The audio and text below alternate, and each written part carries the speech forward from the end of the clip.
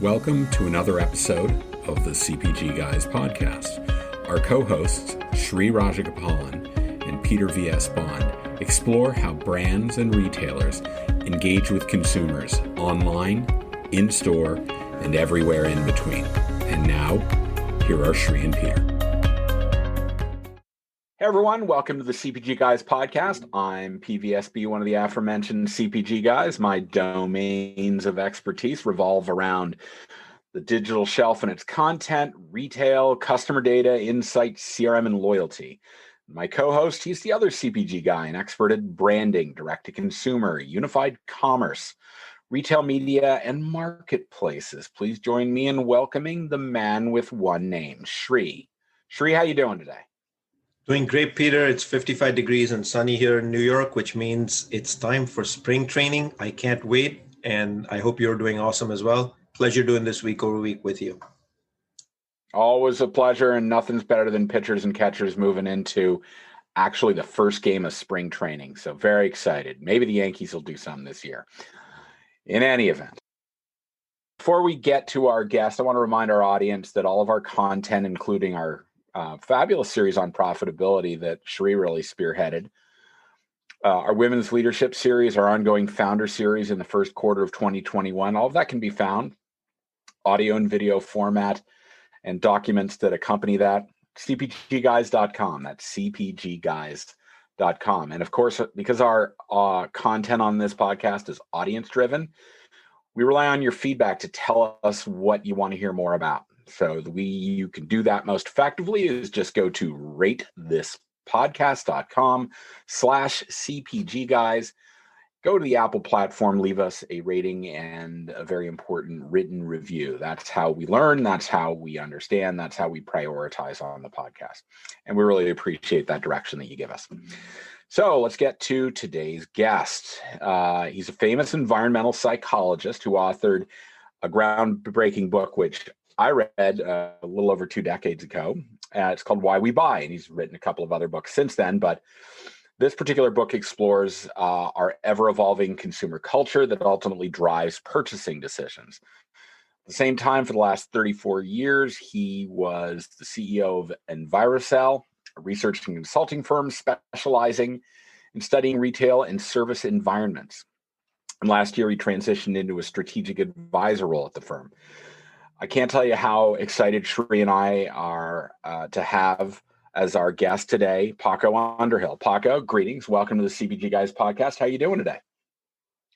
Mr. Shri and Dr. Bond, thank you for having me here today. We are very honored indeed to have you here today.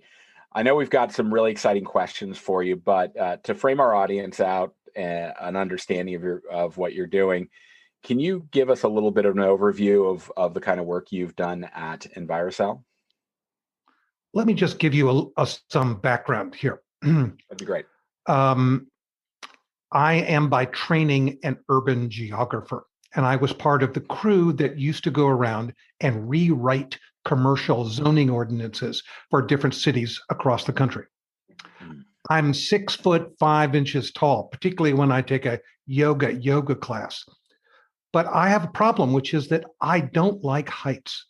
And one of my jobs as part of the crew that would rewrite commercial zoning ordinances is that I would have to go up to the roofs of buildings and install the camera equipment to look at the traffic on the streets below.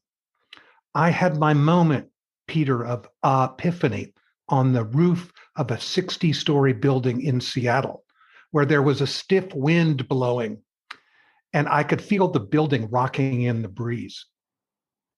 And I promised myself at that point that I would reinvent my profession because I never wanted to have to go to the roof of a skyscraper again and look down over the edge. A week later, I was standing in a bank in New York City, getting madder by the moment, and realized that the same tools that I'd been using to look at how a city worked, I could probably modify and be able to take in and look at how a store or a bank or an airport or a hospital or a doctor's office or a theater worked, and I'd never have to go to the roof of a skyscraper again. So I was able to modify some of the techniques that we had been using to go from measuring cars and buses and whatever to measuring people.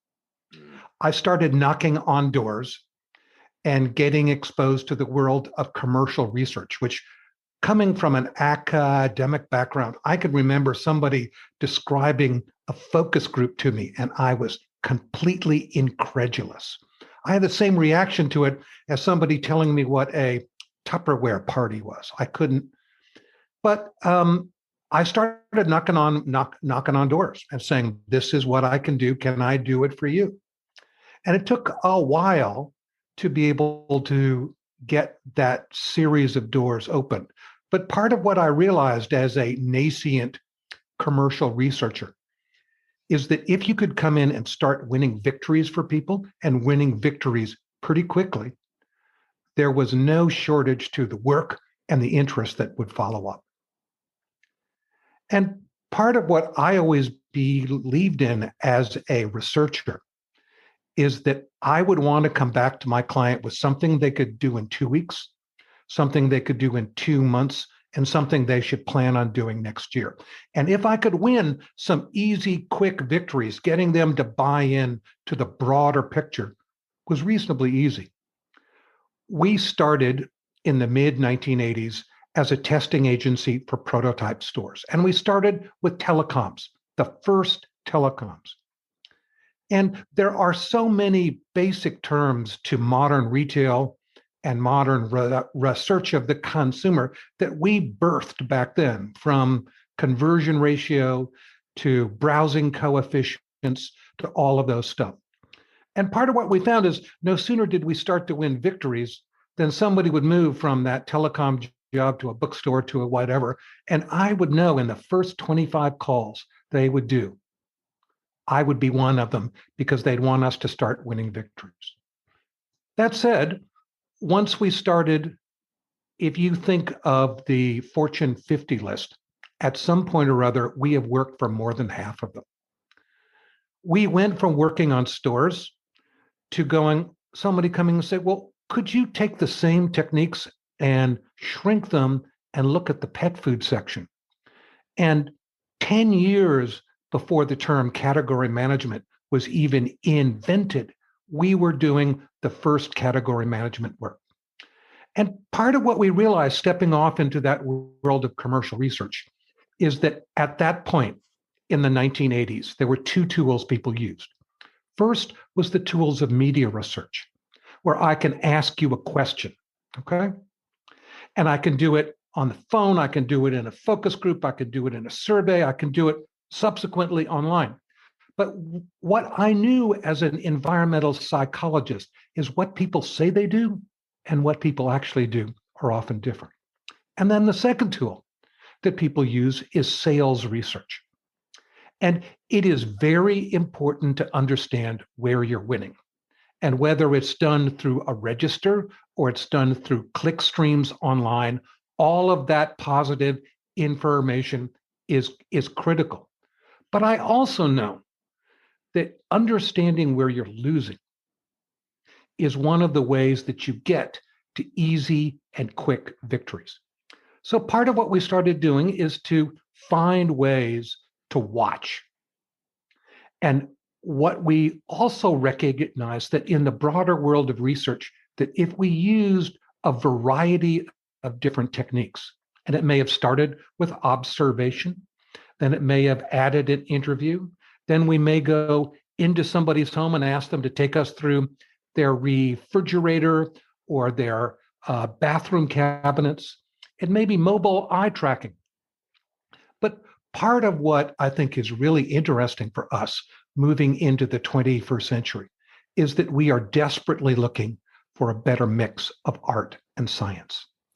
That whether we think about marketing or whether we think about packaging design or we think about store design, or what is critical today is thinking about web design and online experience, that how do we adjust to a series of different critical factors? And those are all ones that all of us, you're working on it, Peter, Shree's working on it, and we've been working on it for 35 years. That's terrific, Paco. Thank you. And I'll just say before we get to the questions that as someone who's 6'4" and similarly afraid of heights, it was the summer of 1985 on Lake Ontario when assigned to a brigantine and asked to climb up the mast and go out the yardarm to hoist up the sail, I decided that pursuing a career sailing in the America's Cup was not for me. But in any event, let's get to the questions. Thank you, Paco. Your book, Why We Buy, was published over 2 decades ago and yet remains to this day in publication across 26 or 28 languages and to the tune of about 100,000 copies a year. I'd sure love to know what is, in your opinion, kind of the timeless constants of the content in that book that keeps people wanting to buy it and learn from it. Okay, I think that's a very nice softball that you best pitched me here. Okay, in the summer of 1996, we had just moved offices, and I had a slight, bushy-haired guy came knocking on my door and said, "I'm a science writer, a Canadian science writer. And I've been working for the Washington Post, and I just moved to New York City, and I have an assignment from the New Yorker magazine. And they said maybe I should come talk to you." And I wondered about it. He kept coming back. And the piece that he wrote, which was called The Science of Shopping, became one of the most reprinted pieces in New Yorker history. And up to that point, I'd been writing articles for various magazines and been struggling to find a publisher. But in the lee of that piece, I had agents knocking on my door going, "Can I represent you?" And as I sat back and stared up at the ceiling, I went, maybe what I should write about is the biological constants, because I recognize in the broader world of retail that retail is the dipstick of social change. That I knew even in 1996 that what made a good store in 1986 versus 96 was a reflection of the changes in us. And part of Why We Buy, the Science of Shopping focuses on is what are the things that stay the same. 90% of us are right-handed. Our eyes age in the same way.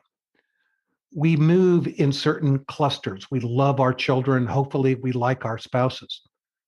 And I also recognized that having published short stories and other fiction pieces up until that point, that if I told the book, not trying to say, this is how smart I am, something that was enjoyable to read, that I would get an audience. And that's been my system now for 25 or 24 years as a quote unquote business writer, which is that I write business books, but I write business books for a popular audience.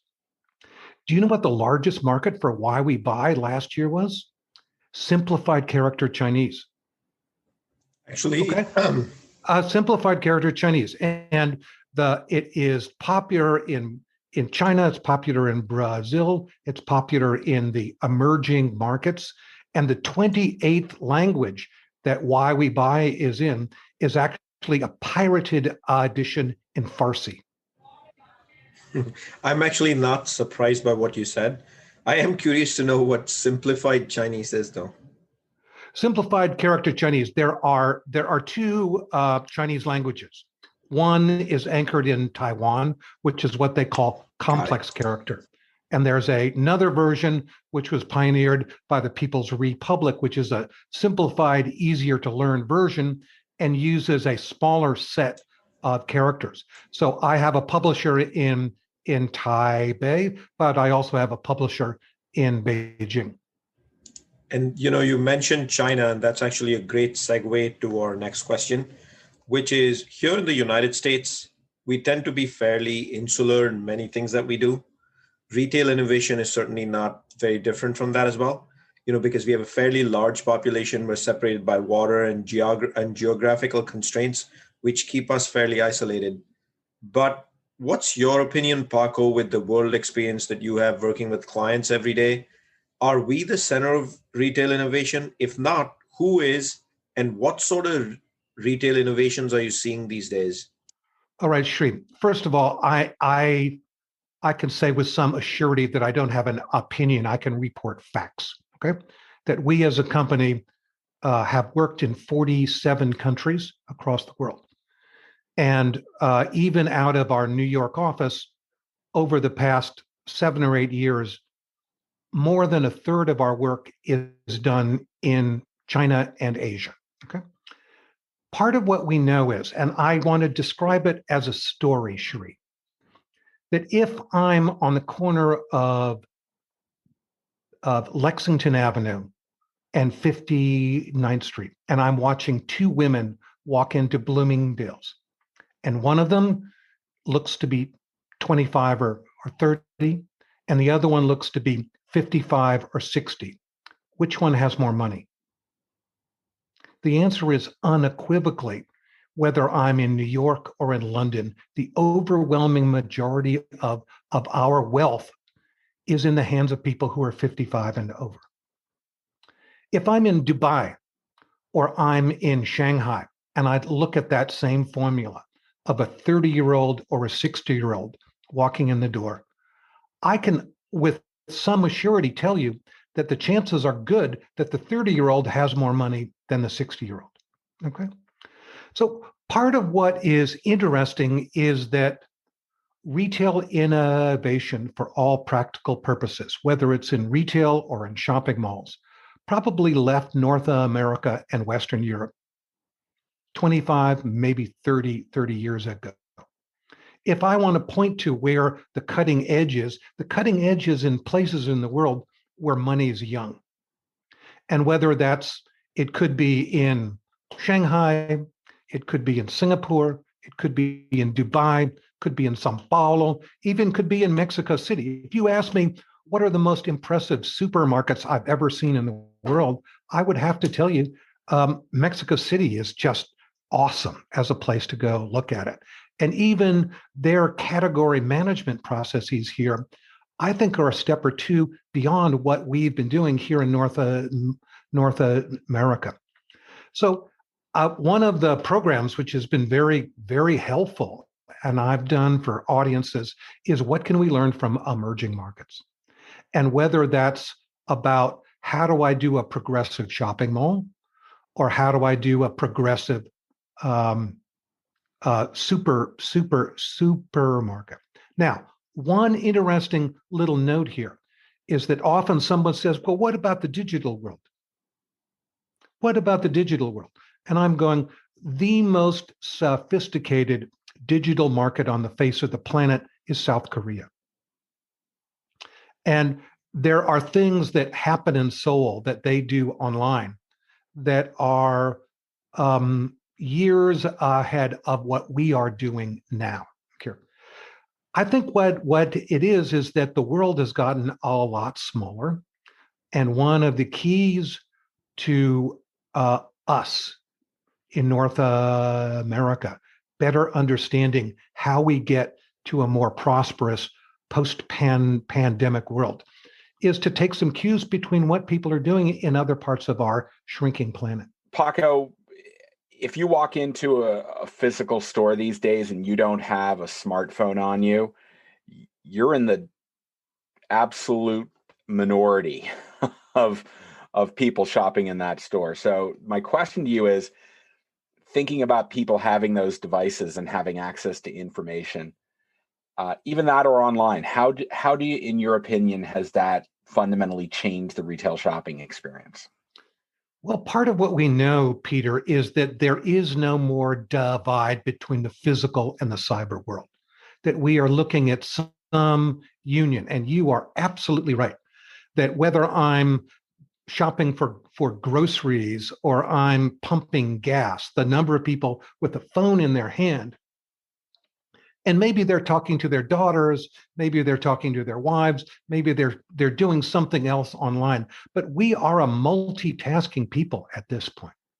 And one of the very interesting questions for our branding and merchant community is, how can I use that information? How can I leverage that in a way? So let me just give you an example. The average time spent in a dressing room, and this is pre-pandemic. It may have been more accelerated now. The average time spent in a dressing room is up anywhere from 10 to 20%. And somebody goes, why? Well, because that person, often under age 40, is using Snapchat and FaceTime to be able to go talk to her friends and go, do you like what I have on? And part of what we've done here, and this was started with our work in Brazil, is can we stage a dressing room so that when somebody uses a Snapchat or whatever, that there's something in the background that tells them where they are and starts a guerrilla marketing exercise that comes up from the floor. I might also say that we also know in a post-pandemic world that there are more men doing the family grocery shopping than there were. And they're often walking into the store completely clueless. And that part of their uses of the phone is going, did you want powdered turmeric or did you want, no, is what does the real turmeric look like? I mean, stuff like that, which is all, these are vocabulary lessons. And whether I'm selling food or whether I'm selling laundry soap, that there is a way of being able to understand what that process is.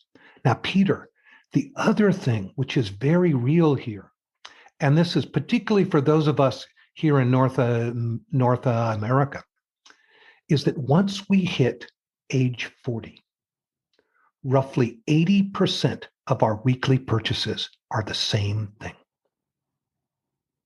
Meaning that you've decided on the kind of mustard, you've decided on the kind of milk, you've decided on the flavor of kefir. And one of the key aspects to it here is that, yes, I do want to go to the store. I want to pick out the meat, I want to pick out the tomatoes, I want to do it. But there's another piece of my shopping list here, which for all practical purposes, either I could simply have my kitchen order for me, or I could be on a subscription basis. And that union here is one that liberates us. It liberates us as brands because it means that if somebody has already made their commitment, I can deliver that to them in a way, in a package or a form that isn't designed for screaming on the shelf, but is designed to fit discreetly and elegantly into my kitchen. We are on the edge of a shopping, packaging, and marketing revolution, which is exciting. You mentioned we're on the edge of a shopping revolution, packaging, marketing, perhaps even branding. So I'd like to hit up private label. Private label has obviously been around for quite some time in North America, but steadily and slowly gaining only minor traction year over year. I'd love to get your fact-based learning. Okay. Private labels in North America, are they attractive? Is it a slow ramp up, or now post-COVID, are we going to see something else? Well, part of what we have to recognize here is that the growth of private label in Western Europe, in Britain, and particularly in Canada has been much more advanced than it has been here. And we can look to examples at Carrefour, at Sainsbury, at Tesco, and be able to cherry pick some things from it. So Shri, you know that when private label was first launched in the early 1990s here in the US, it was generic white packaging. And there was almost a certain shame of pushing your shopping cart up to the register and having it filled with those white generic boxes because it was almost a confession of poverty, okay? Part of what we know now is in 2020-21, if you read Consumer Reports magazine, many of the private label products, whether they're from Costco or they're from Walmart, if you look at many of the staples of laundry soap and others, they rate really well. And the actual cost to it is such that there's a certain almost degree of pride when you go up to the register at Costco and there's all of those Kirkland products in it mixed in with all of that really expensive meats and other things, because it shows that you're spending your money smartly. And I think that the private label movement here is one that's going to end up pushing some of the brands to rethink how they go to market and how they interact directly with the consumer. So let me just give you an example. If I'm Procter and Gamble and I'm selling Tide, okay, I can go to the consumer and go, I would like you to fill out this survey about what your washing machine is. Is it a top loader? Is it a front loader? How often do you use it? How active are you about separating whites, colors, and whatever? Do you wash in cold water? Do you wash in warm water? Do you wash diapers or other things that are really dirty? And can you send us a water sample? Okay. And Procter & Gamble comes back to you and goes, Mr. Shree, they're on 59th Street and 10th Avenue in that building that you live in. Your water is a little hard. I am going to custom blend a laundry soap for you. Okay. And we're going to send it to you in a recyclable package. And if you like it, you will have a fixed plastic jug with our name on the side of it, elegant, that fits into your laundry room. And on a subscription basis, we will send you in a recyclable plastic bag your custom brewed laundry soap for your washing machine, your water, and the way you do it. Don't you think that makes sense? I do too. And I think part of what we're watching here is that war, or that between brands and stores. And while even in my own home, I'm a huge purchaser of Kirkland products, I also do a lot of buying at the farmers market. So I have a certain bunch of stuff which is very global and is often very specific. And then I have a bunch of stuff that I'm trying to make as local as I possibly can. Doesn't that make sense, Shereen? Yeah. Hey, Paco, before I ask the next question, I'll just make a general comment, and it begs back to my question on the access to information. You know, the single biggest driver of conversion from national brands to private label is actually positive customer reviews, because it gets to the heart of the issue with private label, which is quality. The more retailers start to collect reviews from consumers of their private label products, the faster they're going to start stealing business from national brands. And that's something that national brands have to pay attention to. But in any event, talking about technology, let's shift to the smart home. I think about Samsung refrigerators that have the ability to order products, can even order it automatically, and voice OS. You know, what do you think about those particular types of technological innovations on both purchasing behavior and the efficiency of the contribution to your overall time allocation during the day?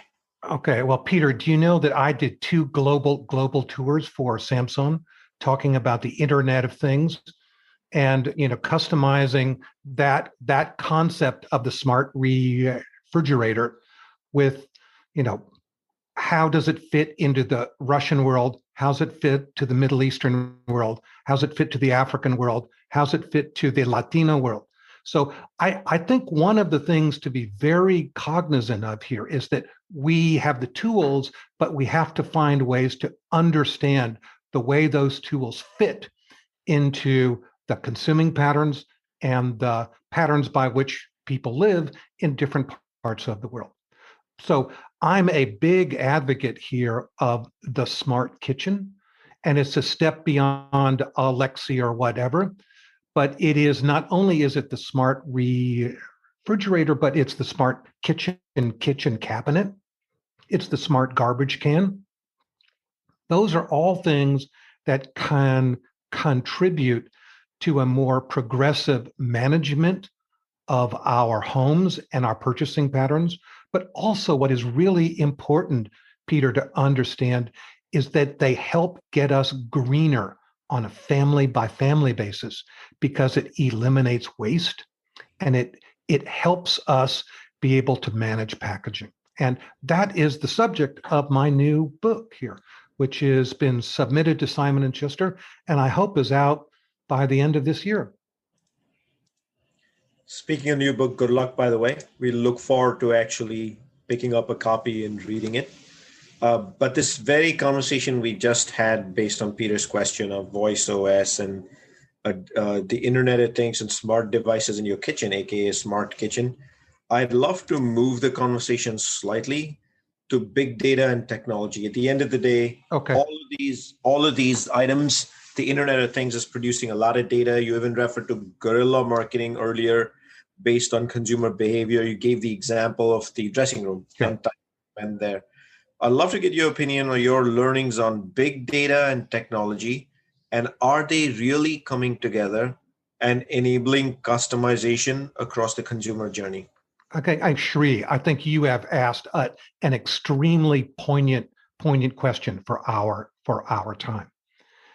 And part of what our challenge is that big data often piles up data, and it isn't the size of your pile that matters. It is what can you do with it. Okay. And let's remember, and this is something when I stepped off from the world of academia into the commercial research world, one of the things that I brought with me is I am not necessarily looking for statistical relevance. What I'm looking for is I want to collect as much data as I need to be able to get my processing engine to work so that I can get to the next step along the way, which is earning victories.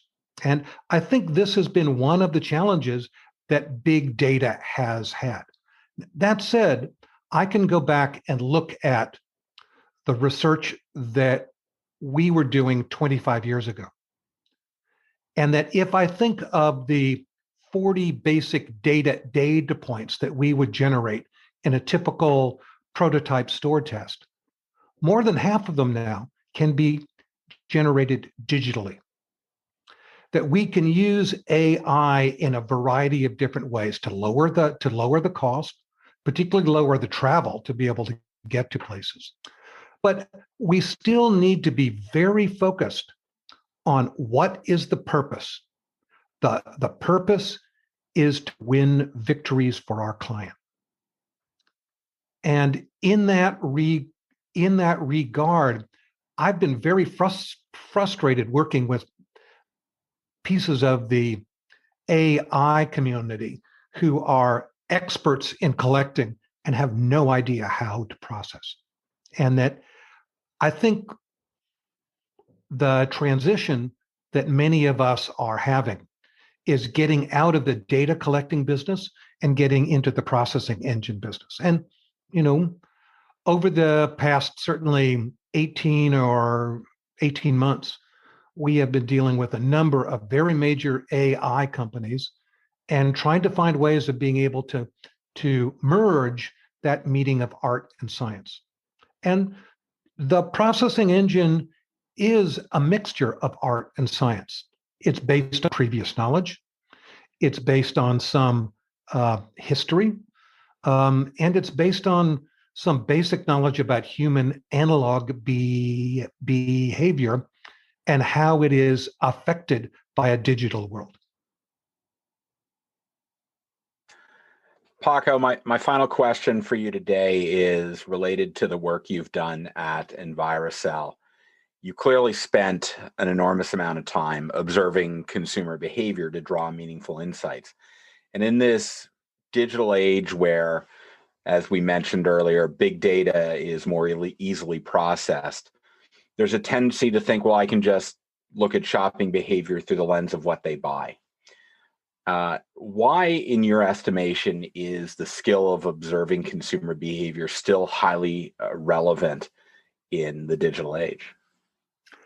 I think, Peter, I can go back to one of the lines that I used in our opening conversation, which is that if I can start a research and design project and be able to go, I can look at what you have now and in 2 weeks be able to help you win some small, easy victories. Okay. That is very real. And part of what it does in the context of both branding and in retail is start to generate consensus. The second piece to the puzzle here is understanding both at retail and both in whether it's physical retail or digital retail. The easiest thing to change is the physical design. The hardest thing to change is the operating culture. And part of what we have to do moving forward is to be eminently more holistic in terms of how we understand both the product, the shopping process, the supply chain, and localization. So if I think of the great state of Texas, the way someone shops in Austin and the way someone shops in El Paso is different, okay? And it doesn't mean that we have an infinite set of buckets, but it does mean that we can design buckets, 8 of them, where a large part of that processing gets to. We want in the broader research and consumer packaged goods community to be able to lower our costs, higher our impact, and shrink our timelines. And that's what technology should be able to help us do. So, Paco, as I think through, consumer behavior, and our final question for today goes in the direction of what's obviously transpired, which is a global pandemic. Do you see any emerging, observable, changed consumer behavior when it comes to brands and products and retail and things of that nature? Or do you feel, once we settle back in what is obviously going to be a new norm for all of us, many of the existing behaviors will fade away and we'll see some of the old behaviors come back? Well, certainly, first of all, there will be the biological constants that stay the same. The way we see, the way our eyes work at 25 and at 50 and at 60 haven't changed by a pandemic. I think what we're seeing is, first of all, a disparity from them who have and them who have not. And that there's a segment of our population that is going to weather the pandemic just fine. Stock market is up, real estate values are up, whatever. We have another segment of our market that is deeply distressed. We also know that there's a level of anxiety there. Do you know, for example, the number of people walking into a telecom store that are angry? Because their digital access has somehow been threatened and they've been unable to solve the problem online. They've been unable to solve it over the phone. I'm tired of screaming at Citibank about Citibank Online when I try to solve problems there that I'm struggling with. And I've been an online customer for almost 30 years. Here is our point here, that in a post-pandemic world, first of all, we have to be aware of the changing status of information. Digital literacy issues are a real challenge. Second is that one of the things that I am angry about, whether it's our social process, our political process, is recognize what the impact of a post-pan world has been on working mothers. That they're trying to look after their kids, they're trying to look after their homes, they're trying to look after their husbands, they're trying to look after our jobs, and shame on us for not having paid better attention to it. Third is understanding time. That all of us in a multitasking world are desperate to find ways, not so much to save money, but to manage our time. The fourth one is what is local and what is global. And then the fifth one here, Shri, is understanding that the overwhelming majority of global wealth today is now in the hands of people who earned it in the course of their own lifetimes. That if I look at the 19 richest people on the face of the earth here, and whether I'm talking about Carlos Slim or Mukesh Ambani or somebody here in the US, that often in order to sell, we also have to educate.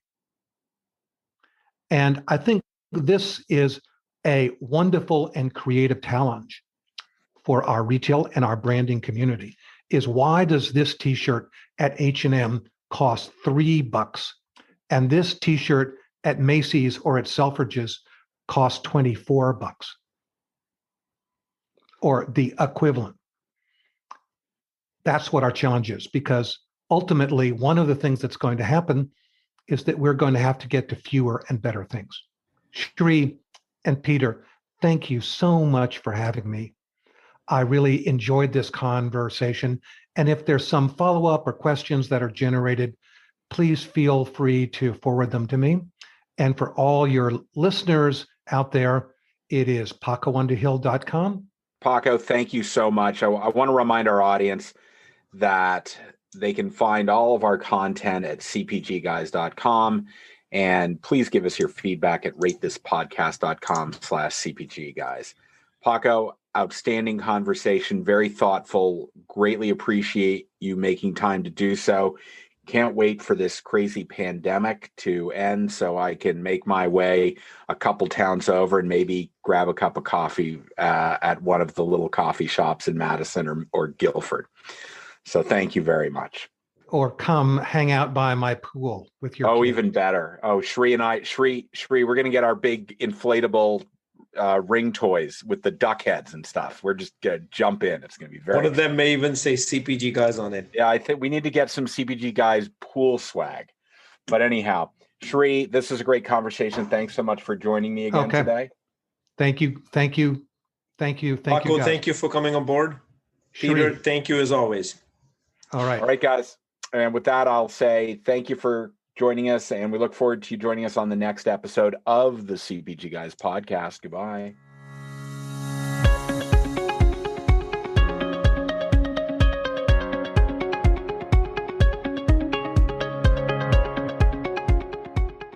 The content in this podcast episode is provided for general informational purposes only. By listening to our episode, you understand that no information contained in this episode should be construed as advice from CPG Guys LLC or the individual author, hosts, or guests, nor is it intended to be a substitute for research on any subject matter. Reference to any specific product or entity does not constitute an endorsement or recommendation by CPG Guys LLC. The views expressed by guests are their own, and their appearance on the program does not imply an endorsement of them or any entity they represent. The views expressed by CPG Guys LLC do not represent the views of their employers or the entity they represent. CPG Guys LLC expressly disclaims any and all liability or responsibility for any direct, indirect, incidental, special, consequential, or other damages arising out of any individual's use of, reference to, or inability to use this podcast or the information we present in this podcast.